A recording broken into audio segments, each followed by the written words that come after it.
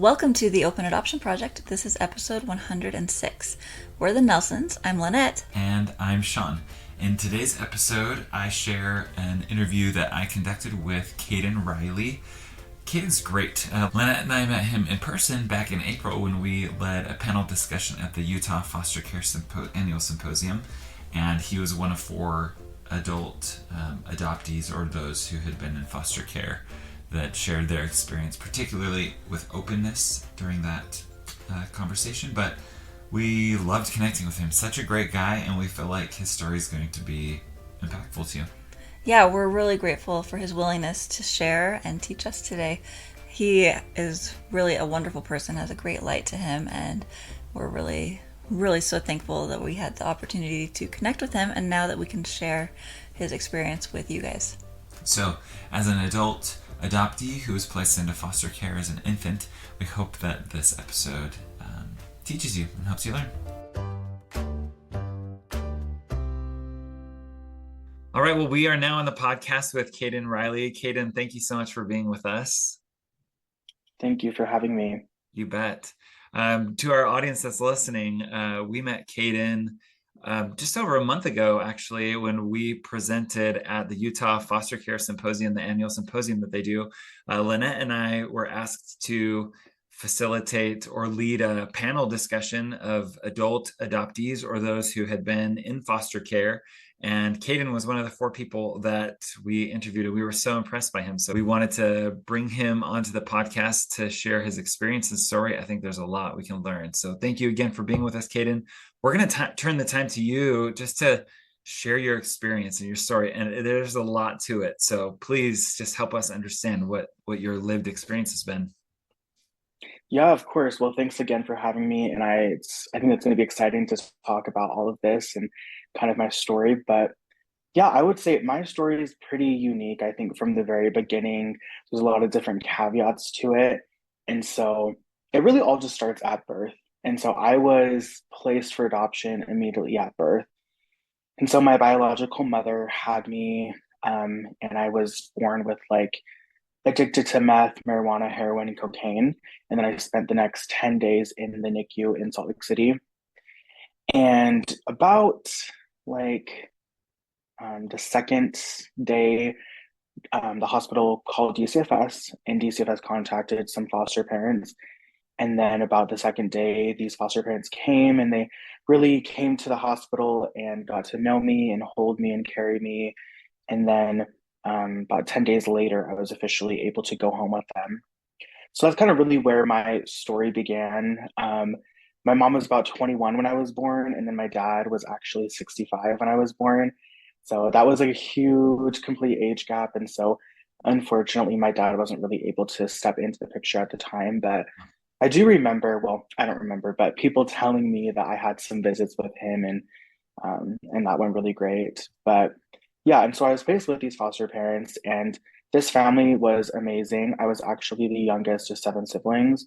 5 of us were adopted. The 2 oldest were not adopted. And so already, these foster parents were familiar with the foster care process. And so I think it took about 7 months to a year, and then I was officially adopted by them. So yeah, I was raised in Ogden, Utah up until about 5 years old. And then after 5, I moved down to St. George, and then that's where I was raised. But yeah, like I said, so being the youngest of 7 siblings, it was really unique. There is a huge age gap with that as well. And so my oldest sibling is 20 years older than me. And so it was kind of funny because he came home from his LDS mission and he had a new brother. And so it was kind of just a weird dynamic there from the start, but things turned out to really work well. But yeah, like I said, there's 5 of us that were adopted, and I was really close to my 2 sisters just above age in me. And so they are half siblings, and they're also transracial adoptees. And so my dad's African American, and then my mom's Hispanic. And then my 2 sisters, their mom's Black, and then their dad's Hispanic. And so that was also kind of another part of my adoption story that I really connected with. And so being able to connect with those siblings, I think, was a really detrimental part of my experience that you'll hear later on. Anyways, but Growing up in St. George, it was honestly, it was great. My dad traveled for work and I was able to really go to different states and, have all these other experiences that I think at a young age really shaped my growth in a lot of ways, being able to be placed outside of, the small community of Southern Utah, I think was really amazing. A little couple of stories when it came to traveling, right? So I said I was a part of a transracial family. So I think one of the states we went to was like Missouri, Tennessee, so like the South, right?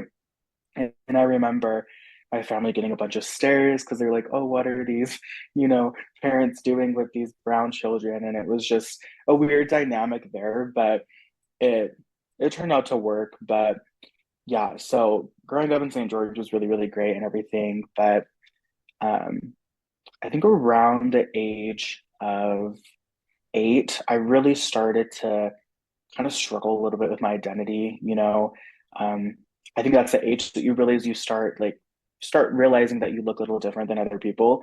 So I think that's when I was really able to come into my identity and see that, like, I don't look like my parents. I don't look like most of my other family members. Like, what is this, right?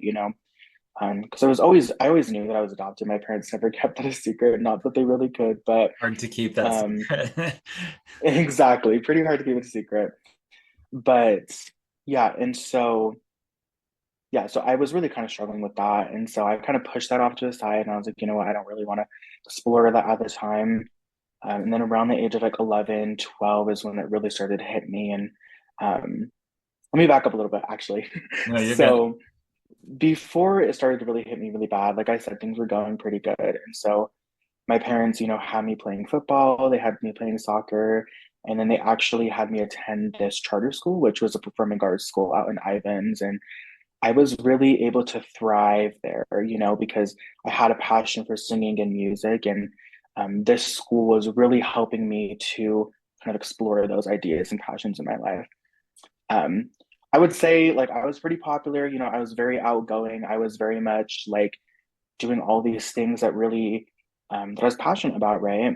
Yeah. And so now going back to when I started to struggle. And so started struggling around the age of 12 and kind of fell into like a deep depression, struggled with my identity and skipping school. And so my parents felt like they had no other option than to, like, put me on medication and have me go see a therapist. And so for the first time I was able to, go to therapy and get on medication. Hopefully that would help, right? You'd think that all of these things would help me adjust to kind of like dealing with being adopted and all those things. But come to find out, unfortunately, things got worse and worse and worse. Um, so yeah, around that age, my parents just felt like they had no other option, fortunately. And then I was placed into like a mental health facility. And this facility was really unique just because it was a pretty restrictive institution that really was locked down and really not a great environment for me, unfortunately. And then I spent the next 7 months in that program. And then I came home from that program, obviously living on a high, right? Um, I think when you're in such an intensive facility, therapy, group therapy, highly medicated, you're obviously going to thrive. And so for the next couple of months, I was placed back into that performing arts school, back into football and all of that stuff.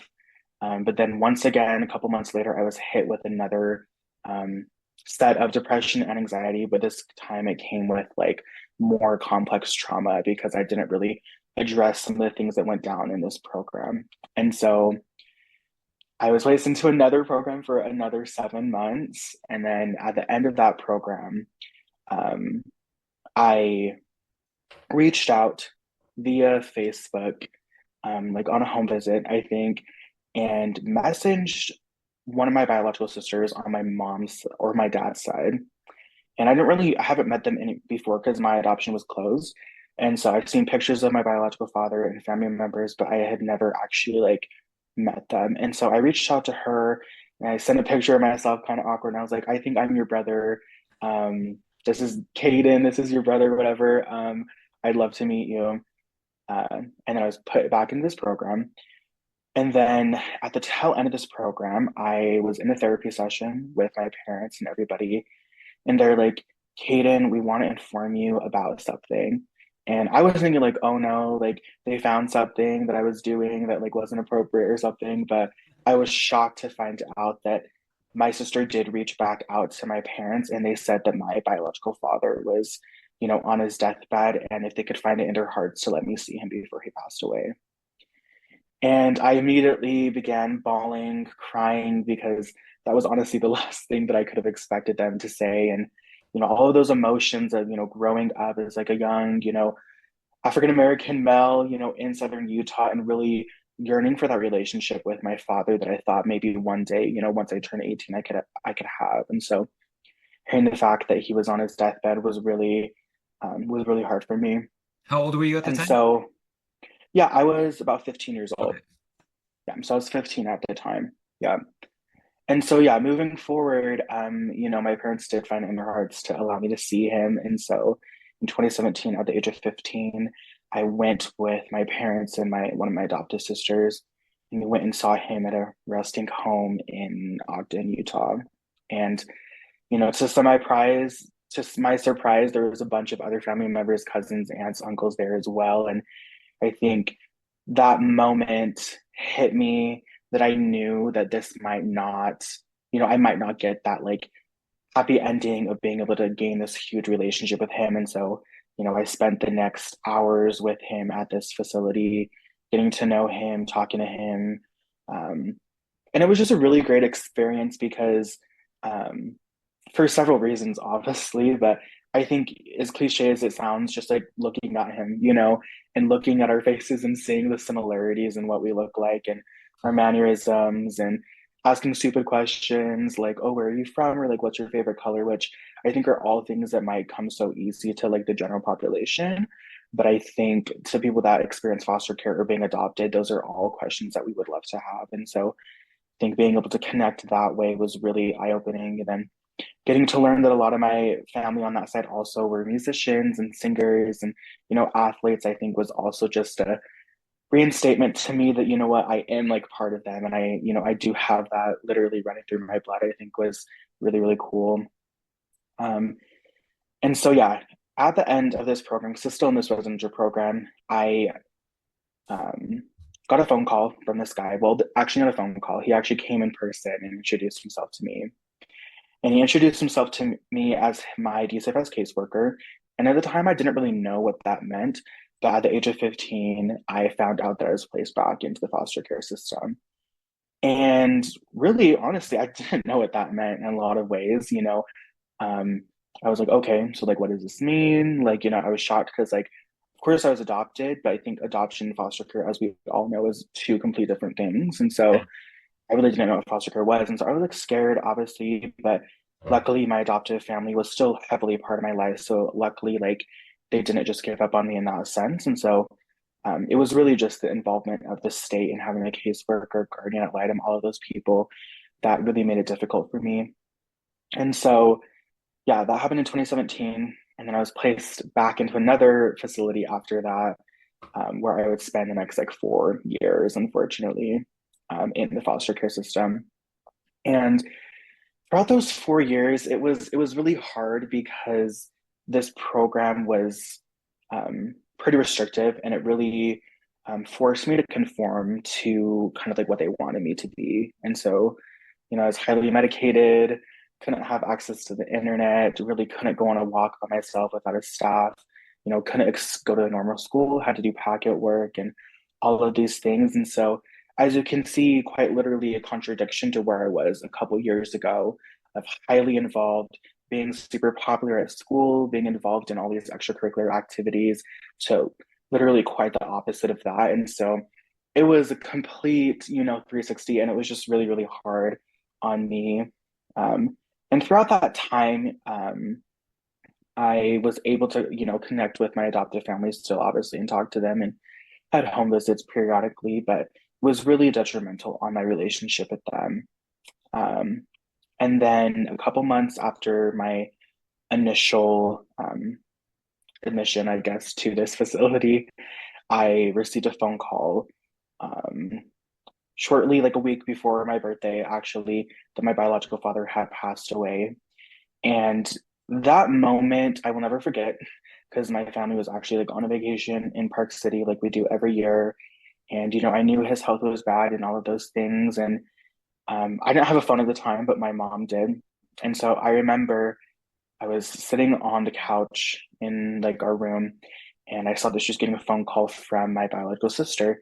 And the second I saw the phone ring, saw her name on it, I started bawling and I felt it in my heart that he had passed away. And so I'm never going to forget that moment just because it's like, I do think that he was like speaking to me in a sense, of like, this is his time. And so, not trying to get emotional, but yeah, so he passed away a couple of days before my birthday, and that was really, really hard on me. Um, like I said, I really wanted to gain that relationship with him. And, I wanted that ever since I was little, ever since I could remember. I think that was such a huge part of my identity that I think I missed out on. Yeah.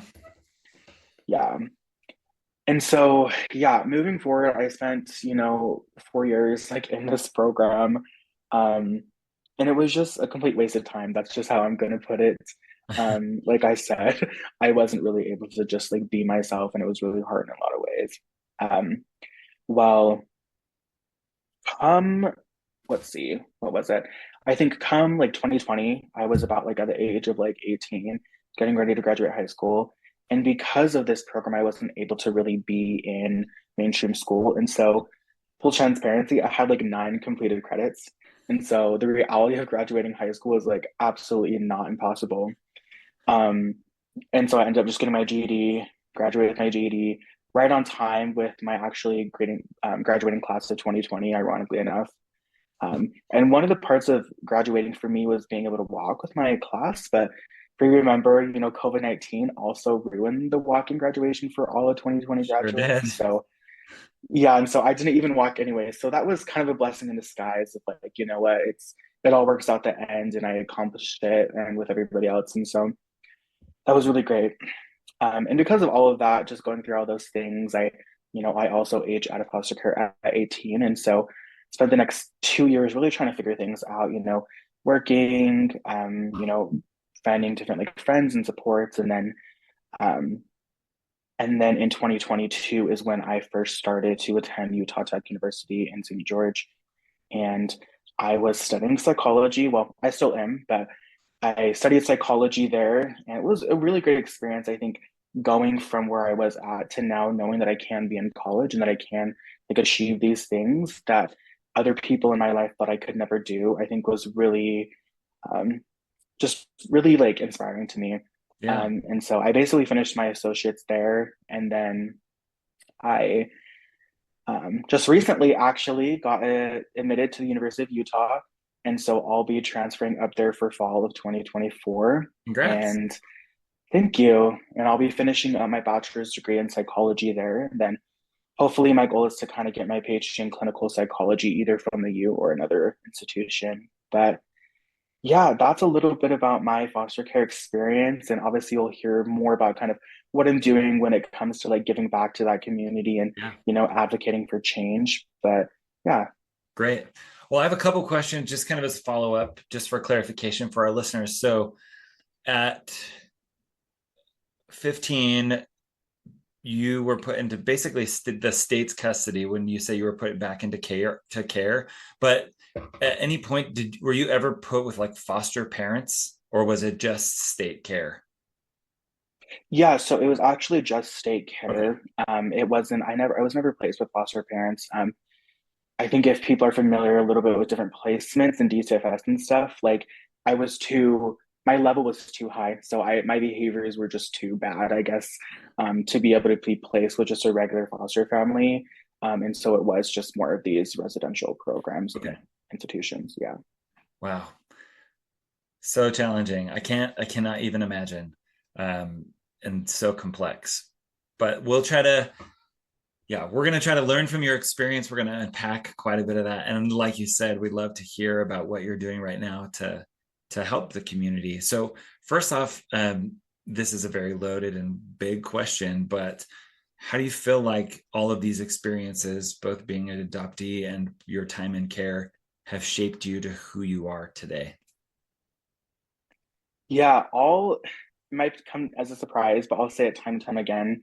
Honestly, I wouldn't change it for anything. You know, I think these experiences really allowed me to see the system and myself in different parts of just the world in general, actually, in different experiences from just a different light, a different lens. And so I honestly want to change it. Um, I would probably go through it time and time again, actually, if I knew that because of those experiences that I'd be in the place that I am currently. And so, yeah, I think those experiences really shaped me into the person I am today. And I think I want to change that. Awesome. I I think that's a really mature answer. Obviously, there's probably little aspect for every one of us that we would want to change, but that holistically, that you're seeing how your experiences have helped you become who you are today, and you don't want to change that. Um, that's awesome. Thank you for sharing that. If there was one thing that you would like others to know or understand about the adoptee experience, what would you want them to know? Mm, that's a good one. I could have several answers for that, obviously, but I think the main one for me would be, just the fact that we're just like everybody else. I think, unfortunately, I think we're getting better at it, but I think there's some stigma surrounding like adoption and especially like adopting like a teen or something like that. And so I think what I would tell to people looking into, fostering or adopting people is just the fact that like we're just like everybody else who, wants a home, who needs that stability, who needs a caring adult individual in their life to support them and help them get to where they want to be. Um, and so, yeah, I think we're just like everybody else. And I think the more we like just normalize that like families look so different for everyone, regardless of like adoption or foster care, like Yeah. just in general, there's so many different dynamics to families. Like why is it so different adding this adoption part to it, and so I think just normalizing overall and just realizing that like these are just kids or youth or teenagers that just want to be loved. So Yeah. So obviously you were adopted, 20 plus years ago. Thinking like retrospectively, what do you wish your family or the adoption community would have known or could have done, kind of in retrospect, knowing what we know today? What do you wish they could have known or done then? I would say, I think just the fact that, I was kind of like in that transracial family, there's a few different perspectives I felt like could have been a little different. I think maybe if my foster parents or, well, my adoptive parents or the state or somebody, I guess, would have kind of connected them to more resources when it came to like taking care of like a Black child, I think would have been really beneficial for me. I was going to like Great Clips to get my hair cut up until I think like 12 years old. And so things like that was kind of weird. But no, my parents, they tried really hard actually. They found a braider here in St. George to do my sister's braids, and I think I did cornrows one time from her. And so my adoptive parents, they honestly tried their best. But I think as a community as a whole, actually, I think building on those resources, making sure that those resources are known within the adoption community, because they're there, Yeah. and if they're not there, I think what we should be doing is creating those opportunities. Something that I hope to do down the road is, um, inform people of like the resources that are there when it comes to like adoption and transracial adoptions as well. Um, but yeah, I think in general, I think one word that I would just kind of capture all of that is spreading awareness and spreading knowledge. I think knowledge is key when it comes to adoption. And I think if my parents or the state could have like actively involved themselves in getting to know more about trauma, getting to know more about um, the development of kids in foster care, or even just the development of them in the womb, even I think is would have been a huge impact on my life. Yeah. So I think inform, um, knowledge, and just that consistent drive of like wanting to learn more, I think. Yeah. You had mentioned earlier that two of your sisters have similar like racial makeup. We've also heard from other adoptees like the importance of having racial mirrors in your life. When you were children, did the three of you have anyone else outside of your family that were in your circle or in your community that you felt connected to racially? Um, a little bit, yeah. So like I said, we had like two hairstylists that were both black as well. And then we had a lady in our ward that was African American, and we really liked her actually, and we're able to connect with her. Um, so I wouldn't say as much when we were younger, but I would say early teenagers, we those racial mirrors were kind of more there.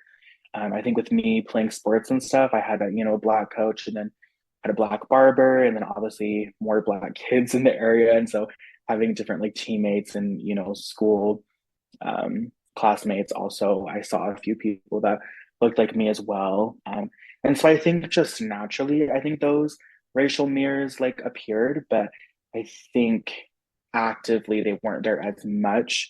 Yeah. Um, It could but have I been more think, intentional. More I intentional think on it the could have been parent side, maybe. Okay. absolutely more intentional for sure. But I think just naturally too, living in Southern Utah, there's not many people of color. So I think that kind of affected it. But it's interesting now because I see, I don't know, kind of a little soft spot in my heart is like, I see there's times when I go to like the grocery store with my mom or whatever, and I see this like white mom like pushing around this like brown child, and the dad might be black, right? But I always think like, oh my gosh, like that was me as a child.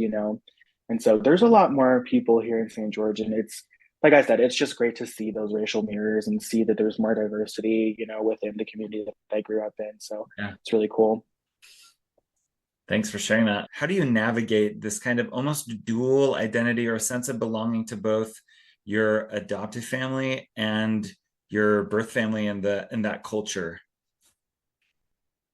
Yeah, I it's really difficult. I've talked to my one sister just about the age with me several times about this, but it's difficult. I first really kind of like started involving myself with my biological family in general when my dad passed away. There's a few of my family members on my mom's side actually that were at his funeral, and so I connect to both sides actually around the same time. But yeah, it's difficult, I it's a constant battle with myself, right? Because I'm just a caring person and I want to love and care for everybody. At the same time, I know that like I can't force that on other people, right? And so I think when it comes to some of my biological siblings on my mom's side, it's hard to mend those relationships just because I don't think it's as reciprocated enough. Um, so that's kind of hard. But then on my dad's side, I think honestly, um, was trying to say. I think effort is like an important key when it comes to all of this. And so I think I definitely put a decent amount of effort into wanting a relationship with them, and I think they do as well. But I think it's definitely difficult, right? I yeah, I don't know. There's a lot of words I could say, but I'm also that type of person where like I don't want to speak for other people, right? And so I don't want to like share certain things, but Right. I would say just generally, like, yeah, I think communication and effort speaks volumes when it comes to relationships, in general, right? But I think that would be the key takeaway point for me when it comes to, balancing the dual identity of foster care adoption on both sides. Will really just be effort into a relationship for sure. Maybe building on this a little bit. So you mentioned in the beginning it was closed, or in that you didn't have any type of communication or knowledge of who your biological birth family was. Then it opened up. Um, a lot of people listening to this podcast may consider like, why is open adoption important for the adoptee? What are the benefits? And obviously there's challenges that come with it, but maybe could you highlight some of the benefits and maybe some of the challenges that you've faced now that your adoption is open? Yeah, absolutely. So I would say um, challenges, like I said, obviously my parents couldn't really hide it, not that they would, but so I remember like looking at pictures as a kid and like seeing pictures of my biological dad, but I don't think it really like, I don't think I was really consciously aware that I was looking at him until I think around that age, like 8, like I said. Um, so knowing that like I was adopted and knowing that like I had this other family was very interesting to me. At the same time, like my family was obviously very loving and caring. And so I didn't feel the need to really explore that until later on in my life. Um, and so, but as I look at it now, right, as I look back on that, I'm like, oh, okay, looking at like my whole like depression and anxiety, right? Maybe if I would have had that relationship with my biological father or a sibling or a cousin on my, Black side, I might have been able to relate to some of these anxiety triggers that I was having due to my racial identity that they could have helped me with.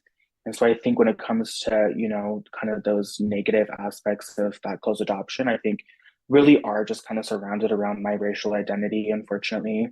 I think just knowing where I came from now and knowing that, like, I think just knowing the story in general, because I think that was another big part of it too, is like, okay, why didn't my dad just like raise me, or why didn't my mom raise me? I think now that I have those, questions answered, I think it's really, um, it's another part of like my healing journey that is really beneficial for me. But um, yeah, I think those relationships are, continuing to grow. But I think knowing like where I came from and knowing all of that is really helpful. So, how have you dealt with questions or curiosity from others regarding your adoption? Yeah, I would say up until about like this year, I've dealt with it pretty good. Um, it's always like kind of funny because it's one of those things where like in high school and like middle school, I was always asked the question, or people always ask the question of like, oh, like what's something unique about you? And I'd always say like foster care, or like I was adopted or something like that. And everyone was like, oh my gosh, like no way, that's crazy. And so I think getting questions like that are very interesting to me.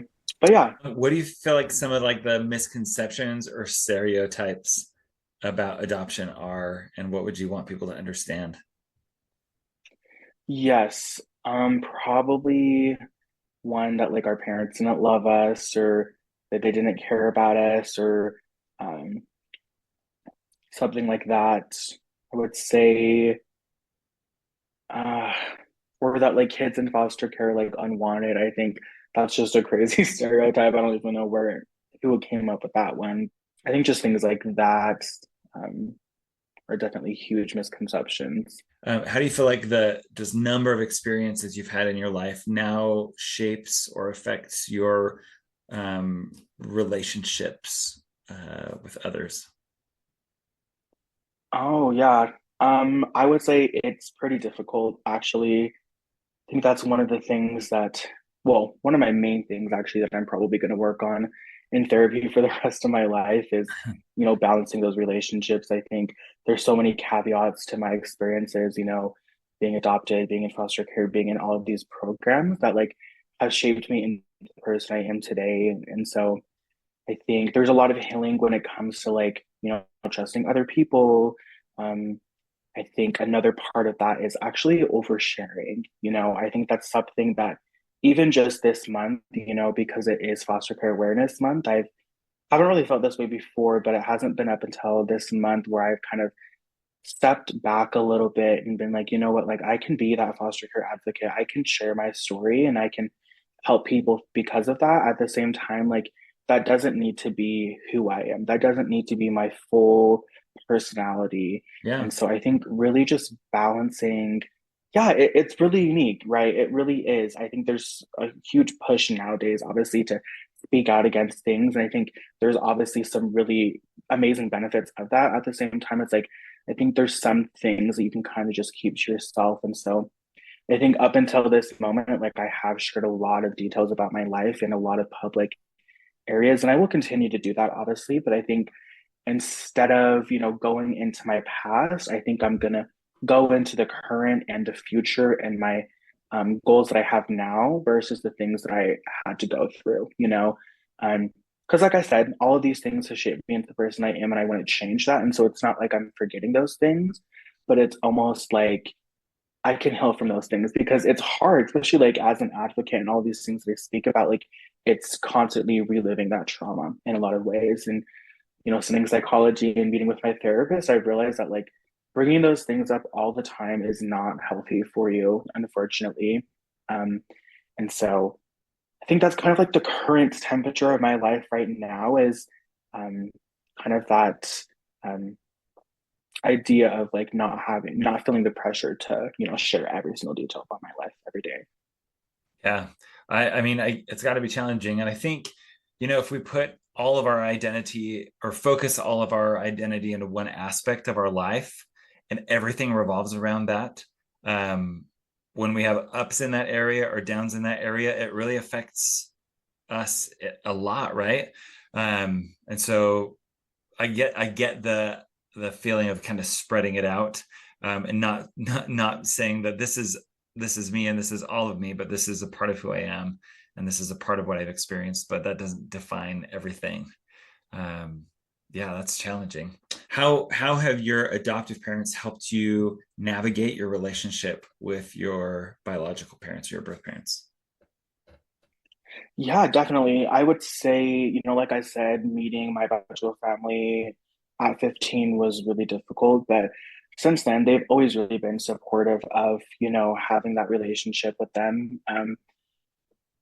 I think it's difficult because there's a part of me that's like, I don't want to hurt my adoptive parents. I don't want to hurt them and, be like, oh, I didn't care about them or I didn't, love them as much. And so I think there's a part of me that's um, really, um, what's the word I'm looking for?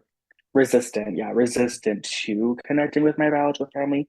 At the same time, like they've always been fully supportive of that. Um, and so I think just things from like, there's times where like I would even just like get dropped off at them where I was like, hey, I want to go visit my, biological cousin. Can you take me to this get together? And I was able to kind of go with them. And so there has always been kind of like that active commitment to allowing me to have a relationship with them. But I think now as a 22-year-old, as an adult, I'm having to navigate that myself. But no, my parents always did a great job of being able to allow me to explore that because that's something that they know I really wanted. So Yeah, I love how you shared that. My thought was actually my next question was going to be navigating that relationship now as an adult.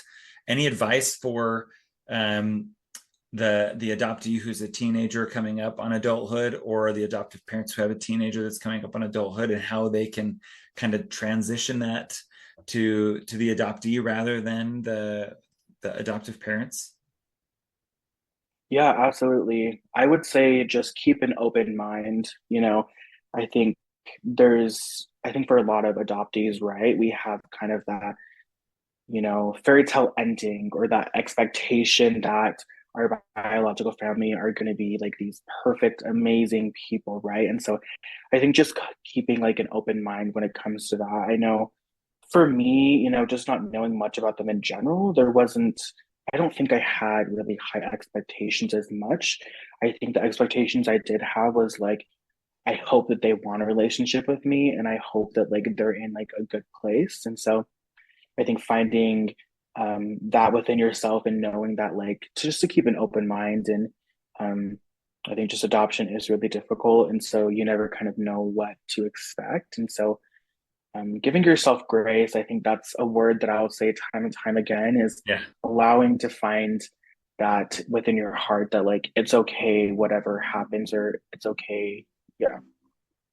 Yeah, to the teenage adoptee listening to this, I mean, in addition to giving yourself grace, like what other advice or tips would you share?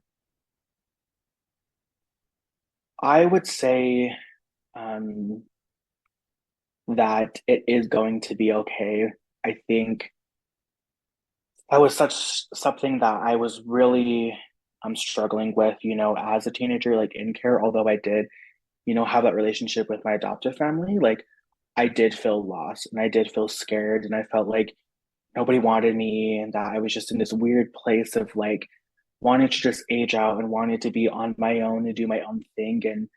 Um and so I think what I would tell to, all the adoptees out there, all the youth in foster care that are getting ready to age out, that like it's going to be okay, as long as you are able to just, like I said, find it within yourself and give yourself grace and know that like this hand that you were dealt like is not a forever thing, and that you are going to be able to um, overcome those things. You are going to be able to grow as a person despite um, those experiences in care. Um, and so I think just continuing to grow every day, do something little every single day, just getting up, going outside, reading a book. I think just the little things really honestly add up. Um, I know for me, obviously, with my passion of music, I think if I wouldn't have had music in my life, I wouldn't be, in the place I am now. But I think just finding those things that you really enjoy to do, and finding your passions and goals in life, I think is really going to be helpful for you when it comes to moving forward in your life. Awesome. And for our listeners, I did hear Cadon sing live, and he does have an amazing voice. So I'm glad that that passion has helped you probably even heal, but have a place to turn when maybe some of the emotions are challenging to deal with. And yeah, I love that you shared that. Thank you so much. Well, as we begin to wrap up, any kind of parting thoughts or any message that you would want to leave our listeners with?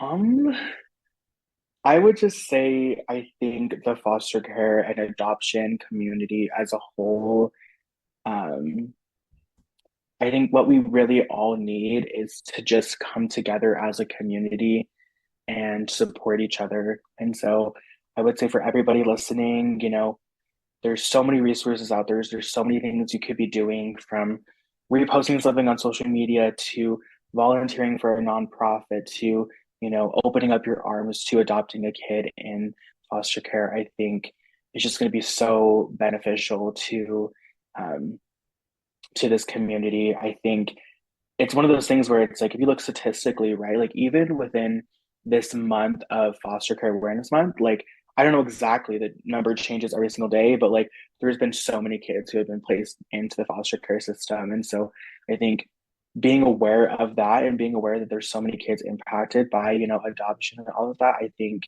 is just going to be something that keeps us going, something that keeps us on our feet of constantly trying to do something to change this world for better. But yeah, I think honestly, just continue to do things that you enjoy and continue to do things that you love and are passionate about is really, I think, what's going to help this community as a whole. Awesome. Well, like I mentioned, you do a lot on social media. For our listeners, where can they connect with you or see some of the things that you're advocating for on social media?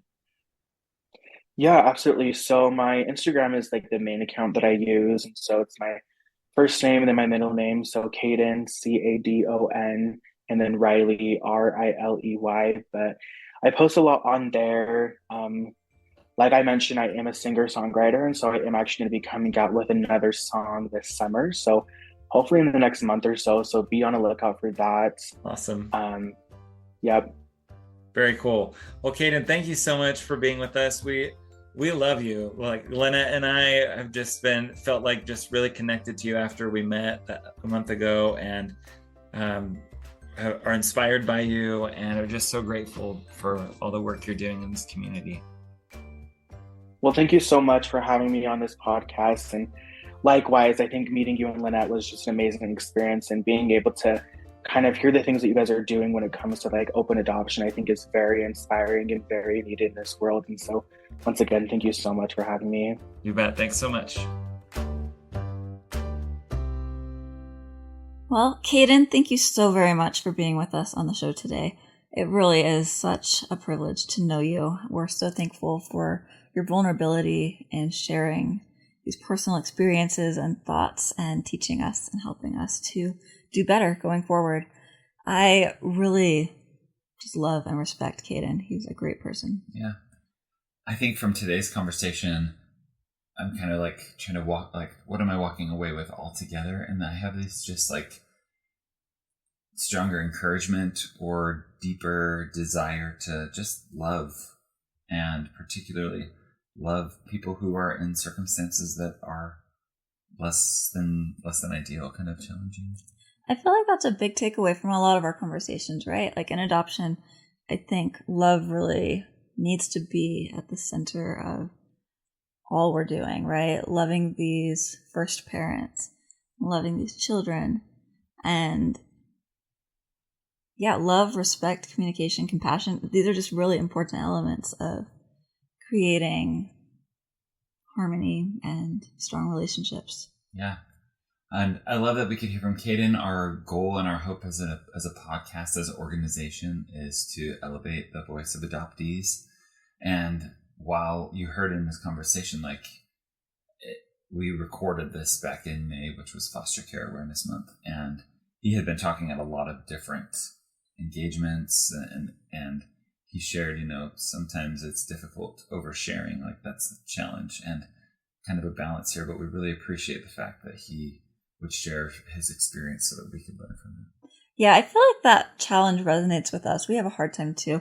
I know a lot of people struggle more with the other side of that, right? Like feeling comfortable sharing anything is hard. But Shaun and I think, fall in that same category that Cadon was talking about, where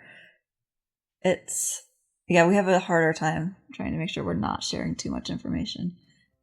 And it's a hard tightrope. Yeah, it's challenging. But yeah, I mean, we're just so thankful for him teaching us, helping us, and helping the community. He does a lot of work to try to make things better for other individuals in foster care. Yeah. And I actually just had a phone call with him earlier while I was editing, and he said he is going to be dropping a new song in the next week or two. So when he does, we'll be sure to include that in our social media as well.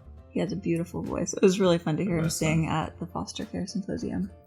All right. Well, thank you so much for listening to this episode of the Open Adoption Project. And once more, again, Cadon, thank you for your willingness to be with us. Yep. Keep listening for more adoptee experiences and help us as we strive to keep adoptees at the center of all that we do.